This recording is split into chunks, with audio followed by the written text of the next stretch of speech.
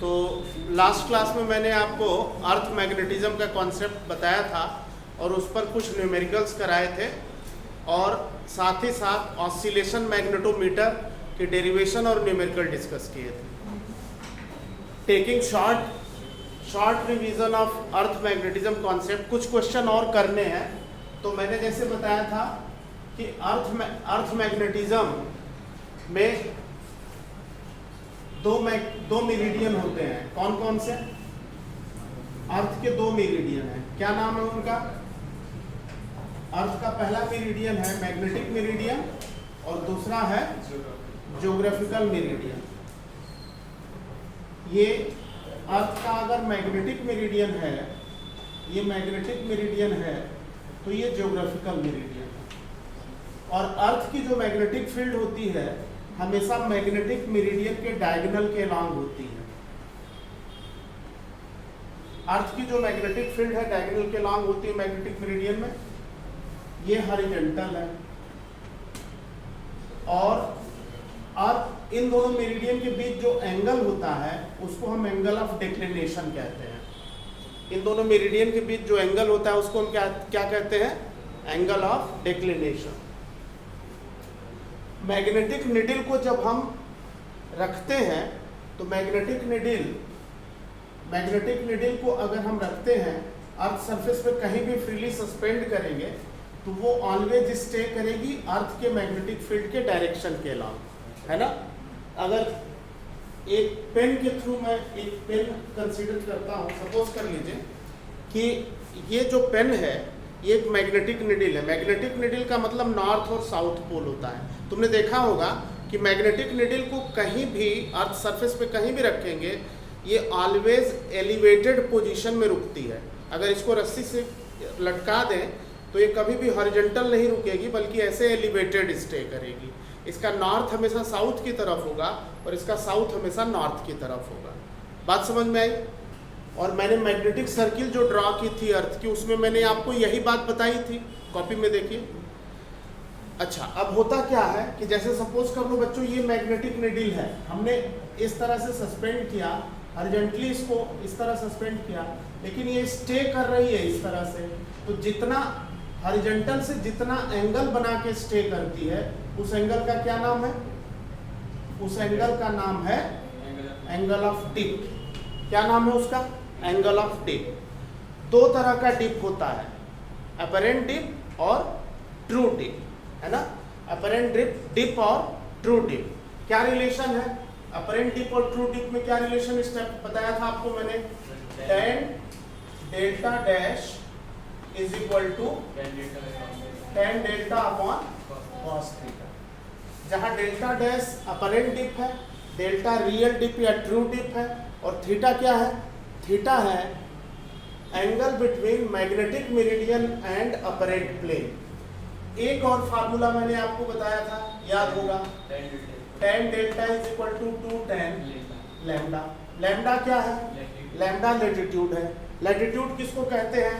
Earth surface के किसी point का लैटिट्यूड उस पॉइंट का ज्योग्राफिकल इक्वेटर से इंक्लिनेशन है ना। ये बात बताई थी आपको। Latitude is the inclination of any point on earth surface from equator. Equator से जो उसका इंक्लिनेशन है उसको हम लैटिट्यूड कहते हैं। एक और फार्मूला बताया था, cot square delta is equal to cot square delta 1 plus cot square delta 2। Clear? एक फार्मूला मैंने आपको और बताया था, horizontal and vertical component. Horizontal कितना? हॉरिजॉन्टल कंपोनेंट कितना बताया था? BE cos delta. और वर्टिकल कंपोनेंट कितना बताया था? BE sin delta. और डिवाइड करने से tan डेल्टा कितना आ गया था? tan डेल्टा आया था vertical upon horizontal component of earth magnetic field. और इन दोनों को सॉल्व करने से अर्थ मैग्नेटिक फील्ड कितनी आई थी? √h square plus v square.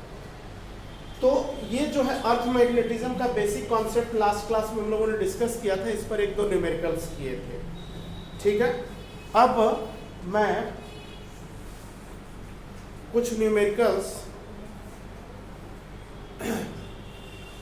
कुछ न्यूमेरिकल्स इस पे और डिस्कस करूंगा, और अगर कुछ न्यूमेरिकल्स इस पे हम लोगों को और डिस्कस करना है तो इन फार्मूलेस को आपको पहले याद करना पड़ेगा। ये फार्मूला आप याद करेंगे। अच्छा, एक बात और बताई थी मैंने कि अर्थ की जो मैग्नेटिक फील्ड होती है, अर्थ का एक मैग्नेटिक मैप बनता है। जैसे अर्थ का ज्योग्राफिकल मैप होता है, उसी तरह से अर्थ का एक मैग्नेटिक मैप भी होता है ना।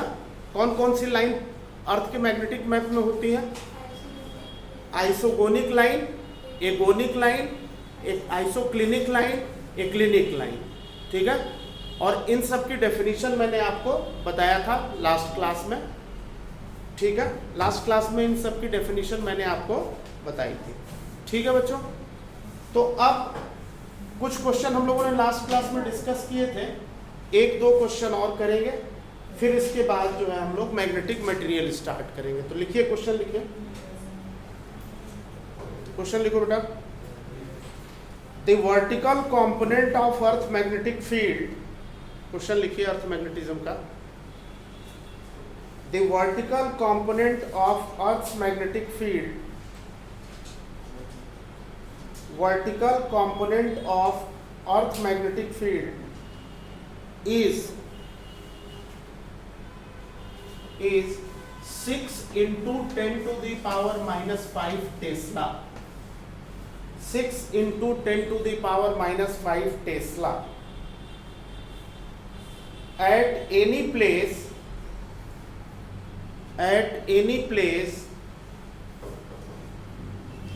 where angle of dip is 37 degree, at any place where angle of dip is 37 degree,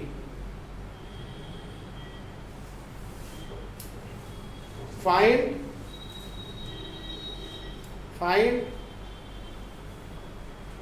earth magnetic field at that place.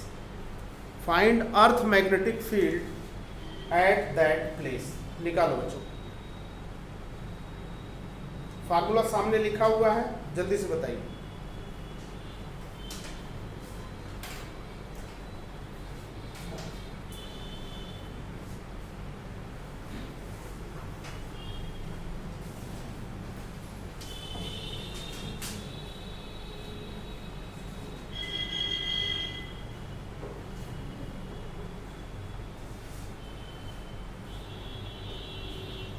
क्या आंसर है?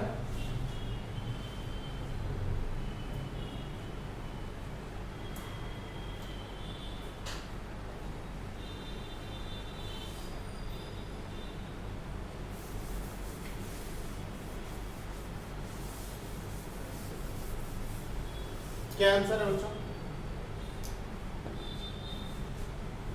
कौन सा फार्मूला लगाएंगे? कौन सा फार्मूला अप्लाई होगा? क्वेश्चन में कौन सा कंपोनेंट दिया हुआ है? हॉरिजॉन्टल की वर्टिकल? तो ये वाला फार्मूला लगेगा। Vertical component of earth magnetic field BE sine 37 degree, angle of dip दिया है। वर्टिकल कंपोनेंट की वैल्यू है 6 into 10 to the power minus 5। Earth magnetic field sine 37 की वैल्यू कितनी होती है? 3/5। इससे अर्थ मैग्नेटिक फील्ड की वैल्यू आ गई, कितनी आ गई? इससे अर्थ मैग्नेटिक फील्ड की वैल्यू आ गई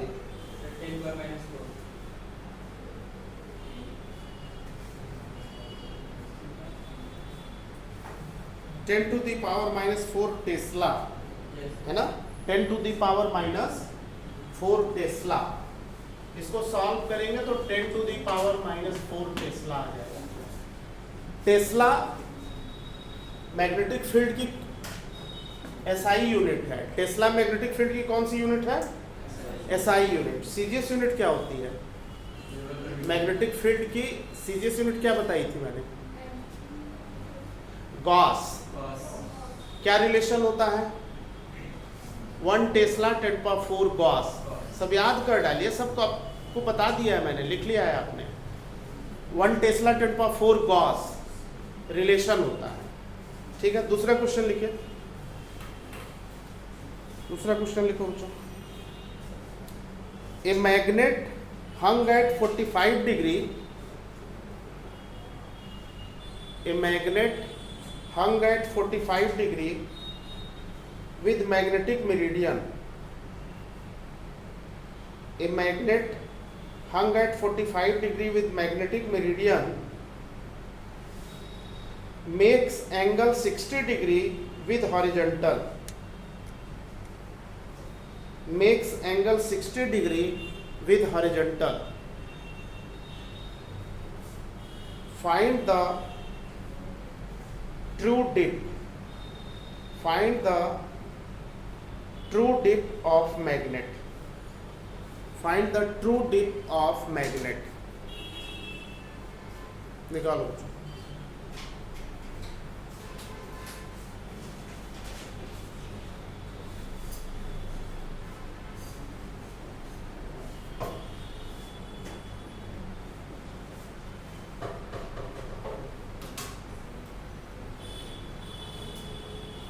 कौन सा फार्मूला लगेगा?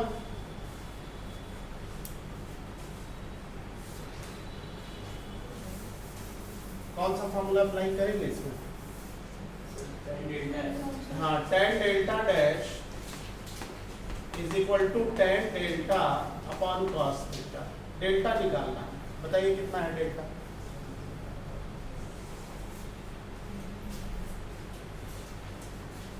ट्रू डिप निकालना है।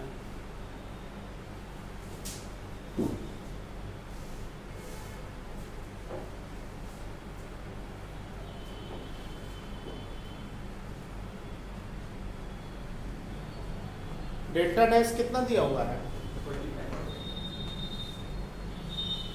ध्यान से पढ़ो, हॉरिजॉन्टल से जो एंगल होता है वो डिप होता है, 60 है। हॉरिजॉन्टल से जो डिप की डेफिनेशन बताई थी ना, हॉरिजॉन्टल से जो एंगल बनता है वो डिप है। तो tan 60, tan थीटा कितना दिया हुआ है? 45 डिग्री, यानी थीटा 45, तो cos 45, ये हो गया tan delta upon cos 45 degree. तो इससे डेल्टा की वैल्यू कितनी आ गई?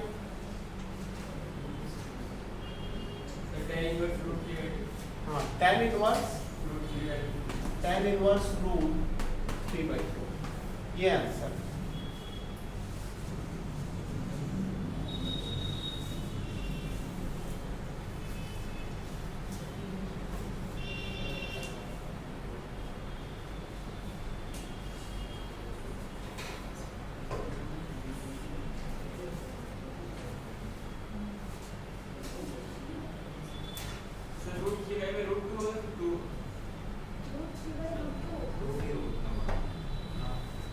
रूट 3/2 होगा कि होल रूट होगा?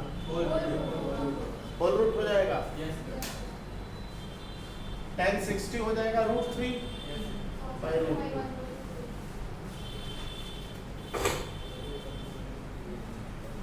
और बाकी पिछली क्लास में कई क्वेश्चन कराए नीचे।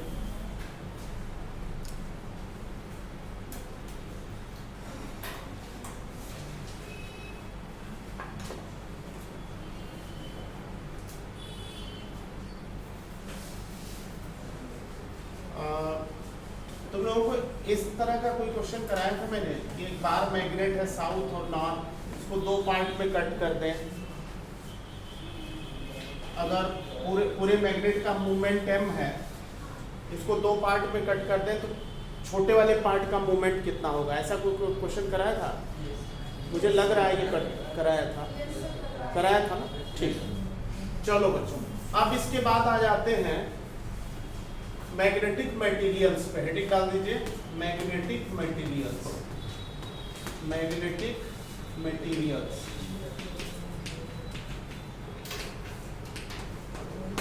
मैग्नेटिक मटेरियल्स, और इसमें सबसे पहले है diamagnetic materials. Diamagnetic materials,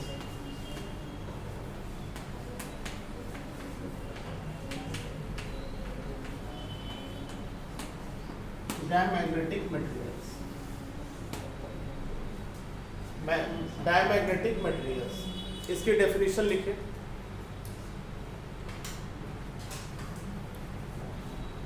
Those materials those materials which get feeble magnetization, which get feeble magnetization, which get feeble magnetization opposite to external magnetic field, which get feeble magnetization opposite to external magnetic field are called diamagnetic materials, are called diamagnetic materials.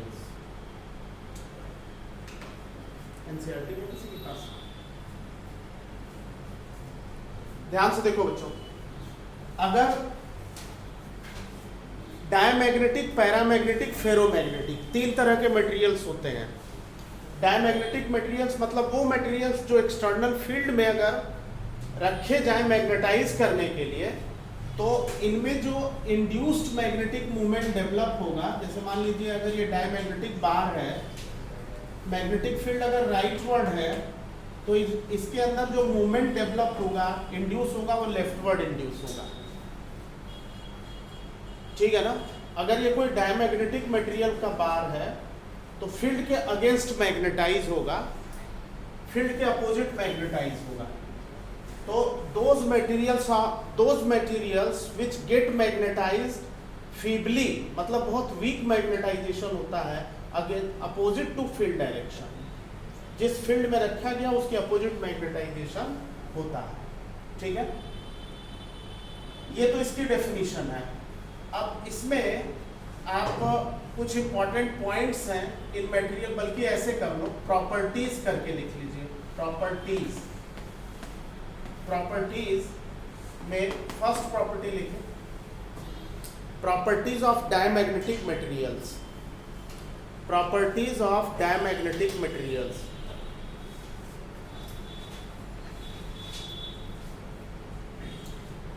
देखो बेटा, अगर ये north pole है और ये south pole है, magnetic field हमेशा north से साउथ की तरफ होती है।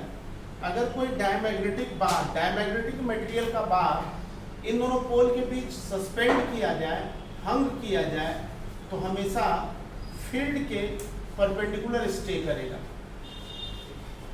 डायमैग्नेटिक मटेरियल का बार है, तो अगर डायमैग्नेटिक मटेरियल बार को फ्रीली सस्पेंड करें बिटवीन पोल्स ऑफ मैग्नेट, तो मैग्नेटिक फील्ड लाइंस के जस्ट परपेंडिकुलर स्टे करेगा। ये इसकी पहली प्रॉपर्टी है। ठीक है, diamagnetic bar will stay perpendicular to field direction, पहली प्रॉपर्टी। दूसरी प्रॉपर्टी आप लिख सकते हैं, दूसरी property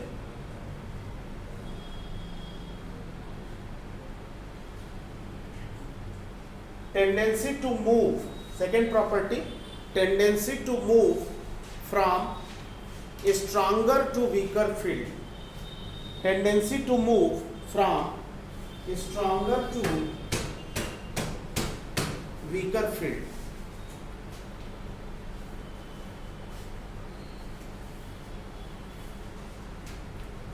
tendency to move from stronger to weaker field, कहने का मतलब ये है कि अगर, ध्यान से देखो बच्चों, सेकेंड पॉइंट, अगर tendency to move from stronger to weaker field है, ये दो मैग्नेट के दोनों पोल अगर बहुत ही नजदीक हैं और इस पर कोई वॉच ग्लास में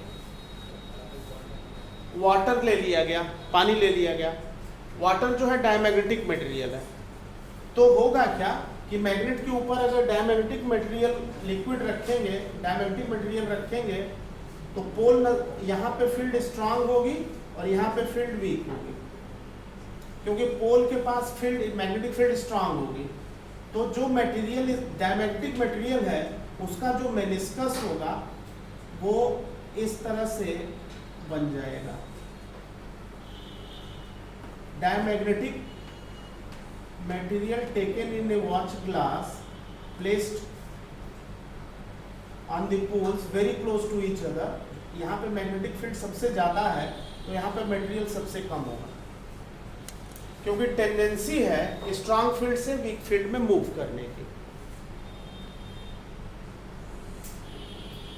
और अगर ये पोल्स, इन पोल्स के बीच की सेपरेशन ज़्यादा है तो क्या होगा? अगर इन पोल्स के बीच की सेपरेशन कंपैरेटिवली ज़्यादा है तो फिर क्या होगा?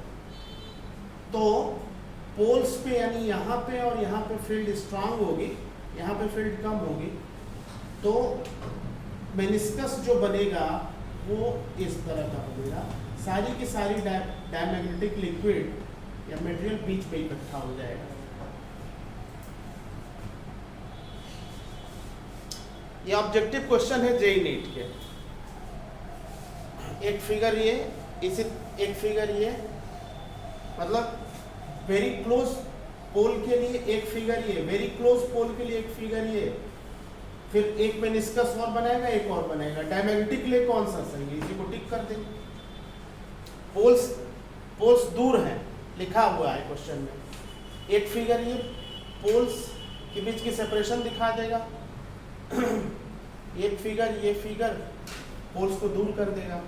4 फिगर बना देगा, पोल्स दूर है तो इस वाले पे टिक करेंगे। या अगर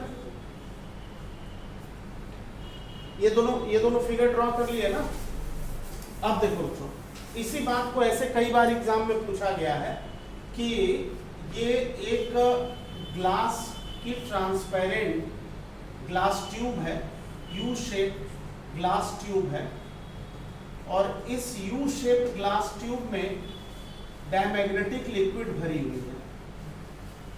लिक्विड भरी है तो नेचुरली भरी है तो दोनों आर्म में इन लेवल है लिक्विड, दोनों आर्म में इन लेवल है लिक्विड, दोनों आर्म में इन लेवल है लिक्विड। लेफ्ट आर्म को मैग्नेट के पोल के बीच रख देते हैं, लेफ्ट आर्म को मैग्नेट के पोल के बीच रख देते हैं।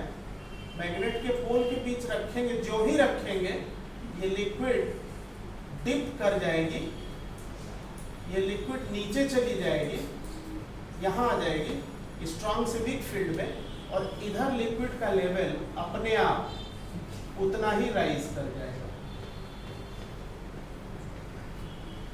अब ऐसे 4 फिगर बना देगा, एक फिगर ये बनाएगा, दूसरा बना देगा, सेम फिगर रहेगा, एरो ऊपर रहेगा, लिक्विड इसमें ज़्यादा रहेगी, इसमें नीचे रहेगी, इन लेवल दिखा देगा, 4 बना देगा। डायमैग्नेटिक के लिए कौन सा सही है?